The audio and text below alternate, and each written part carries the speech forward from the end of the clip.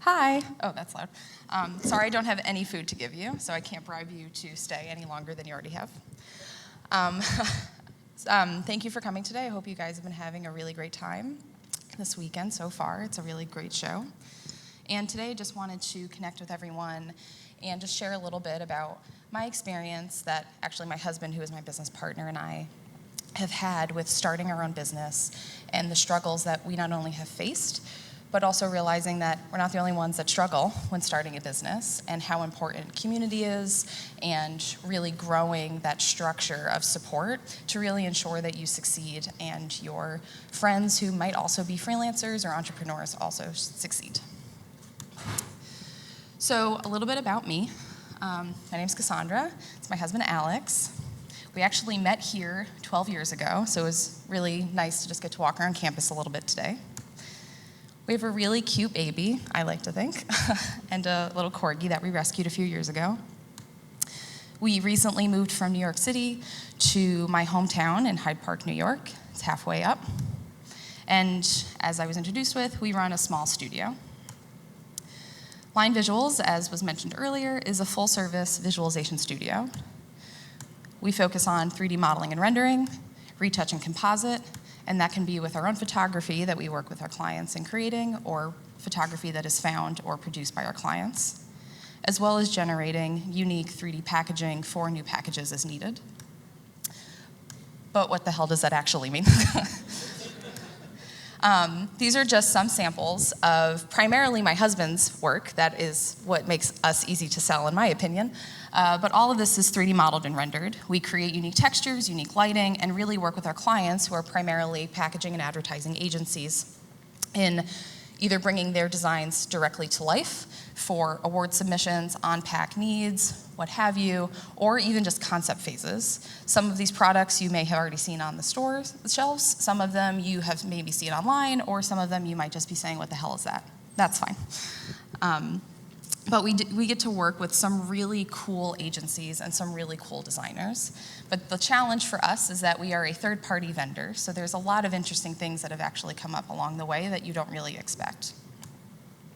But I still think that what we do is pretty cool, because it's a lot of behind-the-scenes views and a lot of products that you actually don't realize at first how much work goes into it. And we try really hard to ensure that everything looks like it's coming up roses across our social media and our website. And of course, me humble bragging at you for the last few minutes. But let's really take a step back. Starting a small business is very hard. It's nauseating at times. It brings such joy. It is constant tapping on your computer at emails.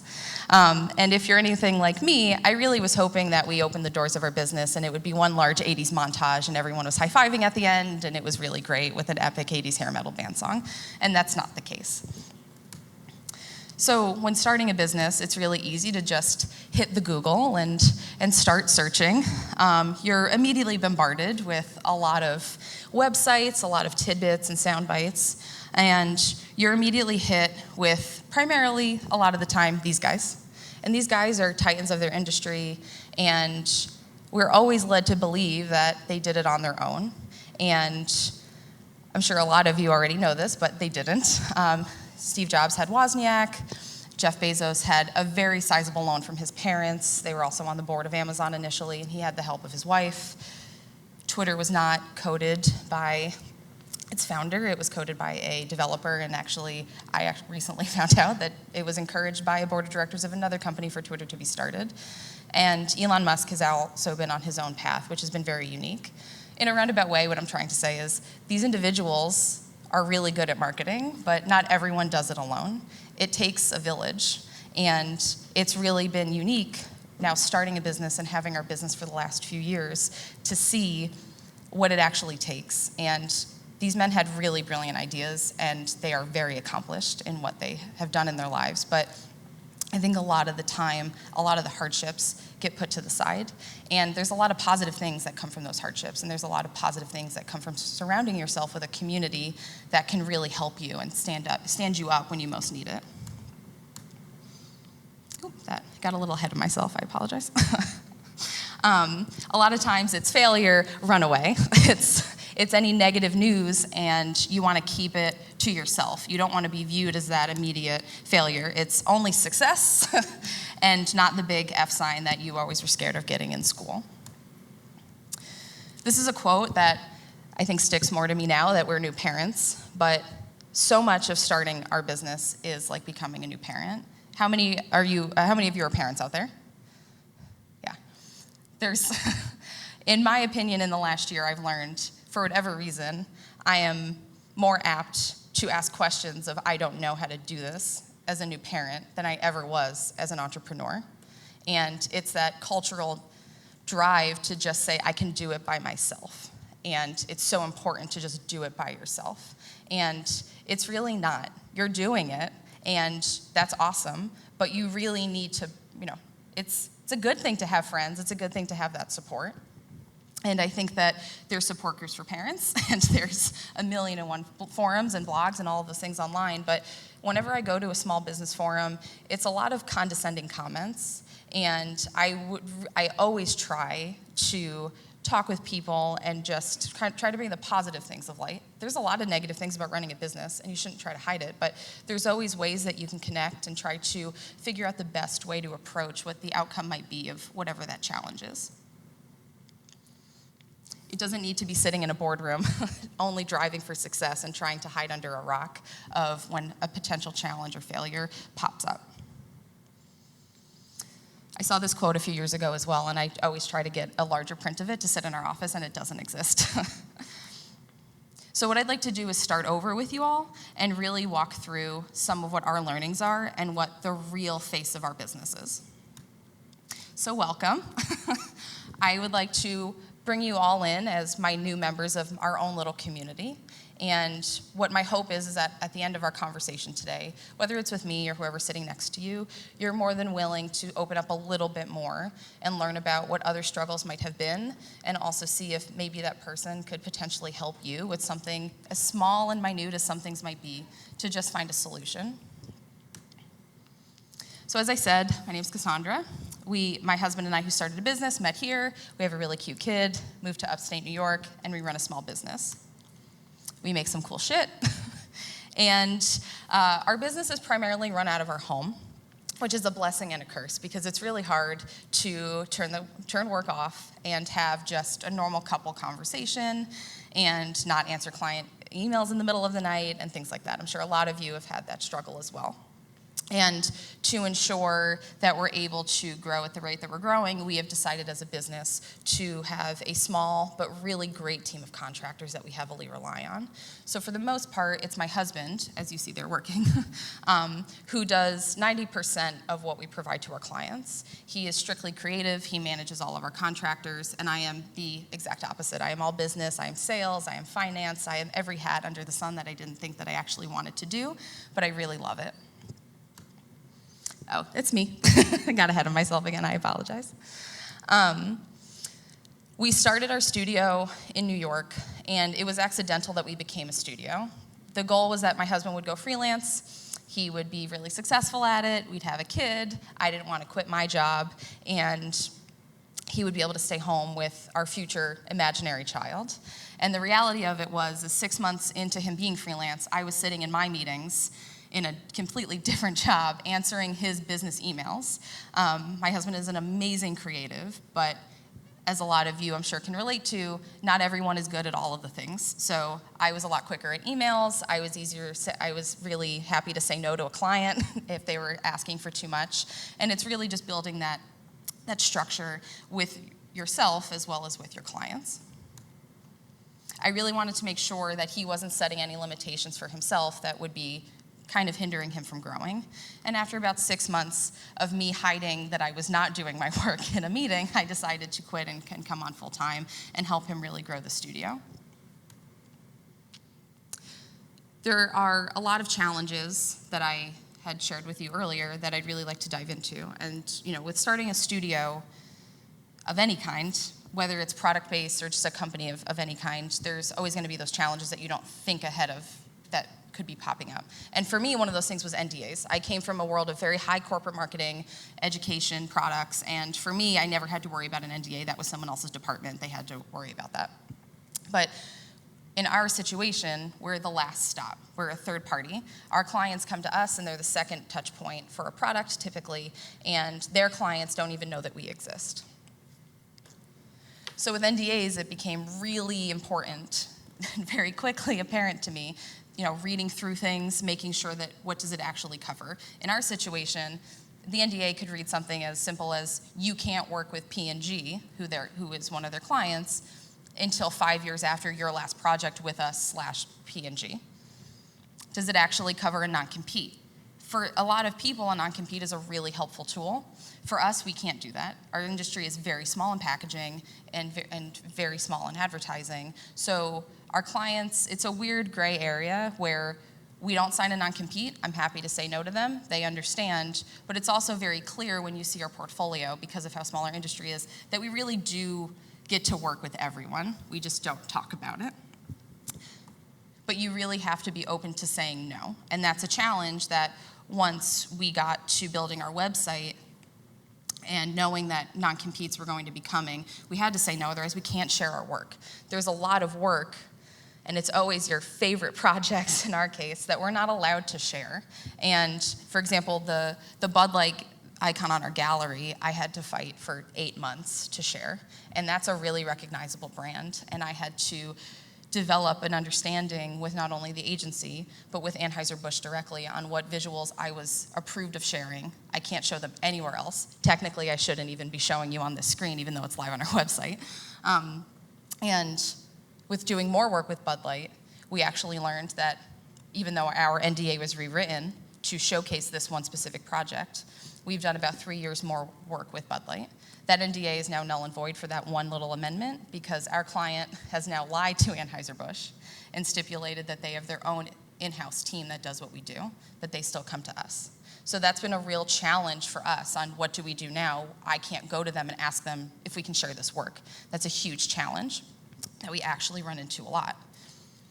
So we checked in with our community, and our community, after brainstorming and touching base, we really came up with a fun and cheeky way to approach it. Now, legally, I'm not breaking any boundaries or any NDAs. I'm not showing what we did.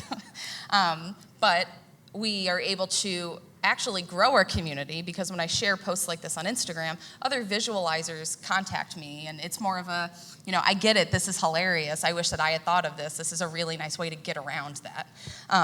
And our clients, even if they're annoyed, really can't say anything because if you can figure it out, that's great, but I haven't directly told you who it is. And we actually have a lot of these. And we've tested the waters, My husband's holding a Bud Light box, and I've posted it, and I waited 24 hours for that phone call of take it down and all of these things, and no one has said anything yet. So, of course, me being the person I am, I'm going to keep pushing that line. But this is a really great opportunity that came from just reaching out to our community. Our community isn't just other visualizers, other designers. It's website designers, it's other marketers, it's people in the industry, out of the industry, some of our parents, some of our close friends that are teachers, what have you. And most of them aren't even in New York. We went to school here. We have a lot of our community here. Actually, one of my closest friends is sitting in the audience with my husband right now, and we touch base frequently. I think it's a really great opportunity to just gut check with people that might just have a creative idea. There's certain people that we don't give the ins and outs of our industry so that when we check in with them, it's a really unique out-of-the-box idea, which is actually how this is how this concept stemmed from. It's just pixelating an image. And even the one on the right, which is Oreo and Nutter Butter, was just an ad on Instagram that we were able to screenshot. So that's not even our property that we're actually showcasing, which could lead to more trouble, but no one has said anything yet. One of the biggest challenges that we have faced, and it's a really big, scary word that a lot of people in our community couldn't really help us with, was audit. We are we're coming up on 4 years for the age of our studio, and the first 5 years of a small business are known as the survival years. And we were just waiting for the ball to drop. Year 3 might be really hard, year 5 might be really hard, which year 3 was very hard, so I'm really hoping we've skirted by and year 5 is really easy.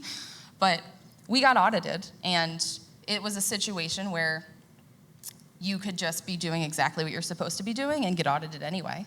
And for us, it was a situation of, you don't know what you don't know. And we took a lot of advice. It was the wrong advice. We found a shit accountant that we didn't know was bad until I got a letter in the mail from the IRS 6 months later, which is the worst feeling in the world, and I hope none of you in this room ever experience having to open up a letter from the IRS. But there's a lot of things that I wasn't prepared for, and because my accountant, we learned, was the direct reason for us being audited. Again, you don't know what you don't know. You don't know what questions you might be asking or should be asking, and what things you should be double checking. And it was after our first year of running the business. We didn't know what the outcome would be. We didn't know if we would have to close our doors, if I would have to go back to work, and my husband would just go back to freelancing. We didn't actually know what our rights were at any capacity. And what came out of this was more than a community check-in for us to them. It's really me just berating now our community with the knowledge base that we've learned from this. We were able to develop a payment plan and figure everything out, so that's fine. But we did learn that our accountant was actually under investigation because all of her small business clients were being audited. So that was comforting. But she was also MIA, not responding to any messages or anything like that, which makes that situation more terrifying. We then had to face the fact that a gentleman from the IRS was showing up at our house every day for about a month and a half and asking a lot of questions. And you try to be prepared for a situation like that, but the IRS is sitting at your dining room table and they can only answer so many questions. They can't give you an executive decision on how much something could be or what actually was done wrong. And so it really took us going through finding a new accountant, doing more research, and in this situation, not relying on anyone's actual recommendation. We made a lot of phone calls, and we actually, with our account that we found, she's amazing, we learned that we actually have rights in that situation. If you ever get audited, you're gonna get a sheet of paper that dictates what the audit is for and what years. We didn't really pay attention to that because you're panicking, to be honest, when the IRS is sitting in your house. And we ended up getting audited for 2 years, not just one. And it was the 2 years that we had that one accountant. So 1 year was before the business and 1 year was the first year of our business. There's also insurance that accountants can have so that if they screw something up, they cover it. That's something you should know. You shouldn't be on the table owing the government money that you technically could have paid because your accountant screwed up and it wasn't your doing intentionally. I think that there's a lot of rough areas that people don't want to talk about, especially with money. But when it comes to money with business, it becomes even more of a dirty word, I think, because it's more of almost an ashamed feeling that very easily comes across because it could mean that you're not being successful. You've made the wrong choice. We're all human. We all make mistakes. But I think that this is something where, again, while I hope no one in this room ever has to face that, you should go in knowing what your rights are. And I think that that's something that not enough people talk about. And in talking to our accountant now, she faces this challenge a lot with new clients coming in where they're not prepared and they weren't prepared before and they got shafted and all of these things. So this is more of a community check-in that am just talking at people more, and I'm very passionate about it because we had a very nice auditor and he was answering a lot of questions to the best of his ability and what he's legally allowed to say, but it's still a really scary situation. Another challenge that we faced, actually I should ask, how many of you are small business owners? Great. Do you personally pay for your insurance? It's shit, isn't it? Yeah, great. Last year, I was pregnant, and there's a lot of learnings on that end too with insurance, with living in the city before we ended up moving out of there. I'm not sure if the insurance company's offered out here, but Oscar is a really popular freelance and just young professional insurance company in New York City. They're the type of company that you can send a photo of your tonsils to a doctor, they diagnose you, you go pick up a prescription, you're actually not out any money, and it's great. It was about $170 a month. My husband was 29 at the time, and he turned 30, we didn't check in with them, and all of a sudden we received a bill for $470 because now he's officially old, supposedly, and his knees are going to give out. So that was on the scale of one learning there. We had to figure out what we could possibly do to fix that because we're a small business, we're on a fixed income, especially now a baby's on the way. So in that case, we made the most adult situation, took him off of insurance for the next year, which I didn't want to do, but we were already spending a lot of money for me to be covered because I was pregnant, which led to its own challenges. And there's a lot of opportunities that laws in previous years have led for insurance to become more available to people that own small businesses, but it's also a challenge where now we live in a smaller area, there's a lot more hands in the pot that are, dipping into this larger pool of insurance. We pay a lot of money for insurance. It's insanely expensive, and I still don't understand what I'm actually covered for. So I'm constantly checking in with people. Also, if anyone has any insight, please find me after, because I would love to know what you're doing, of just figuring out what actually we're covered for. In the situation we're in, we're barely covered. Our daughter's fully covered, but we're paying almost $1,400 a month. And I still have to pay an absurd amount of money when I go get anything done, even just a quick exam or anything like that. And it's a challenge that we face every day, but it's a challenge that we all kind of face together. And I think that even if it's a check-in with your community, it's not that someone has to have an answer. It's a fair opportunity to gripe. I have the microphone now. I have all the power to tell you all of my complaints of the insurance industry. But I think it's a really nice moment to just know that you're not alone. And there's a lot of roadblocks that we faced having the insurance that we did that we thought was amazing at the time, considering what was available to us, for what we were able to do with me being pregnant. And I'm very thankful that our daughter's fully covered, but we're now again in a position where we're debating, do we just put that money in an account and use it as needed, because we're technically double paying with what we have to do for co-pays and things like that. So I do highly encourage all of you to not only continue to do research on insurance, but share any findings that you have, because you're not alone. And I'm sure, as you know, as small business owners, payment cycles, depending on your industry, can be a challenge. I'm constantly talking to freelancers and other small business owners, again, in the industry or not, about what their best practices are.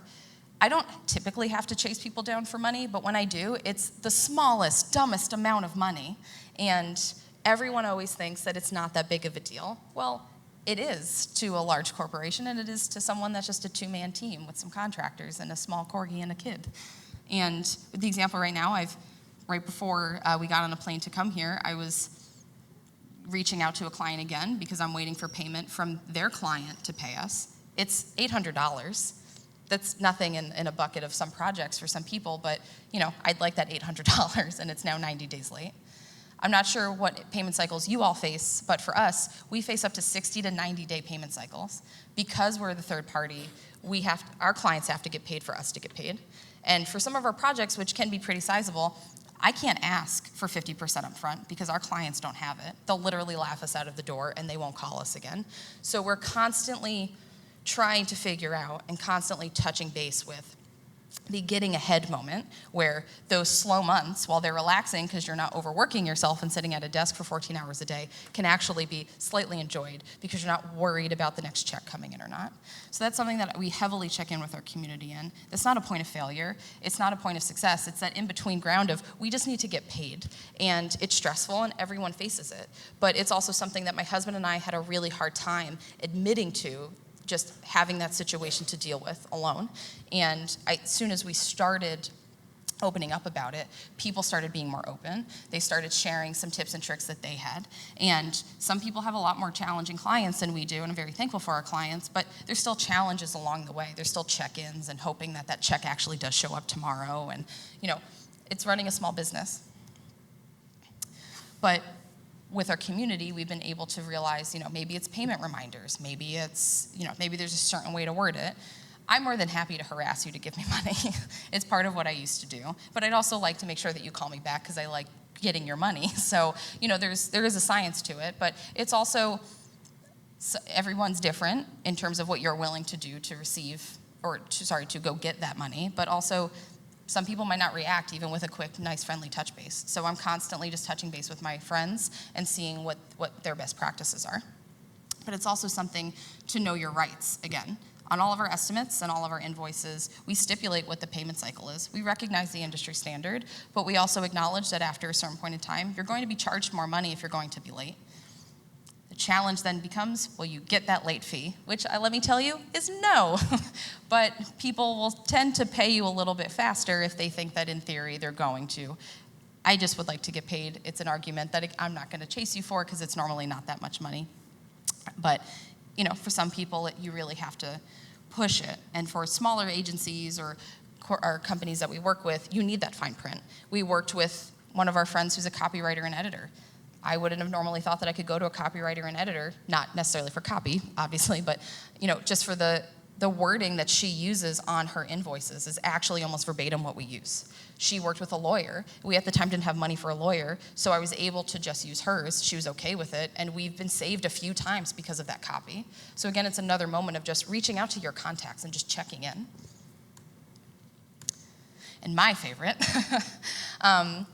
you got to get that hustle. And I know it's a buzzword, but hustling is exhausting. It's draining. And if you're new to an industry like I was when I joined my husband, you kind of don't know where to start. And not only do you have to plan ahead for when those slow periods might come in and you do need those projects or work coming in general, you need to experiment on how best to reach people. I mean, it's a lot different now. You can't just call people. People don't want to answer the phone, don't want to talk to you. Most of the time with agencies that we work with, no one has a personal phone at their desk anymore, so that kills that option. So in our situation, we're left with cold emails. So that took me hitting the ground and really seeing what works best for our friends, what works best for other entrepreneurs. And then I learned about a website because I was faced with the challenge of, how do I even know what their email formatting is? That's a challenge in and of itself. That information's not on LinkedIn. I found a website called hunteremails.com, which please go check it out. It's free for the first 100 emails every month, and it's a lifesaver. I found that out from a friend of mine who is still in marketing, and she's able to type in a company, and it shows it's a spider search and pulls up every possible name from that company with an associated email address. It's amazing and it's brilliant. Our email rates have skyrocketed in terms of their open and click rates, and we've been able to get more work based on the fact that now I have a more targeted ability to find people, but I never would have found that. I was looking for things for over a year, and just a quick conversation over coffee, and I was able to find that. And it was just expressing the challenge of being able to target new clients. Hunter emails. It's a little red fox icon. So this isn't going to be something that is really going to affect everyone necessarily today or if ever, but there is a challenge with running a small business and having a family. It's also a bigger challenge when you're running a business with your husband or spouse and still having a family and also running that business. My husband and I spend literally 24/7 together, and our daughter is home most days during the week. We're co-parenting, running a business, keeping the house up. It's a lot. And I think one of the biggest challenges for us is finding legitimate quality time together, and that's something that I didn't really consider would be a problem when we started a business, because we're together all the time, but I also don't want to talk about what our growth rate is all the time, or if that project's going to be ready all the time. And it's straining at times, and that's totally understandable, but it's really just making sure that you have time for each other. We're each other's community. We're the cheerleaders of each other's communities, but it also helps to check in with other entrepreneurs, knowing the situations that they're in, and just a quick reminder of, maybe you should go on a date. Maybe you should remind the other one that it's not just for work that you care. And that's something really simple and small, and I know that this point doesn't really have anything to do with the other points, but it really goes into even that, self-care moment. It's a small thing. You feel selfish walking away from your desk at the end of the day to go do something as simple as go see a movie sometimes. It's a challenge that we face on a regular basis, and now that we have a little girl, it's even harder to get out the door. But I have one friend in particular that she's killing it, and she's nailing it. She's always spending time with her kids, and I strive to be that. But I think it's a really great opportunity to just make sure that you're on top of things for yourself, for your spouse, and for your family. So that's all I have to say specifically, but to wrap up, I really encourage everyone to not be afraid or ashamed to share any point of pride or concern that you have when running a small business, when being a freelancer. Everyone faces so much of the same things every day and so much of similar challenges that you'll be shocked at what people have done to come out of those challenges and then turn it into a success. And you'd be shocked at the support that you can actually find from people that you never really knew would be there for you. And it's a really great way to keep your friends closer, and it's a really great way to find really wonderful and amazing new friends. And I really encourage all of you to do it, even if the rest of the time that we have here today, just sit next to someone and just chat and open up. If you have any questions about auditing, my husband and I are here. We now consider ourselves experts. But it's something that I am really passionate about. I worked in communities for a very long time, and I think you are only as strong as your community, and you will be the smartest person in the room as long as you're willing to ask for help. And it's not a weakness, it's a strength, and not everyone has the ability to do it, and I encourage all of you to have that strength. Thank you so much.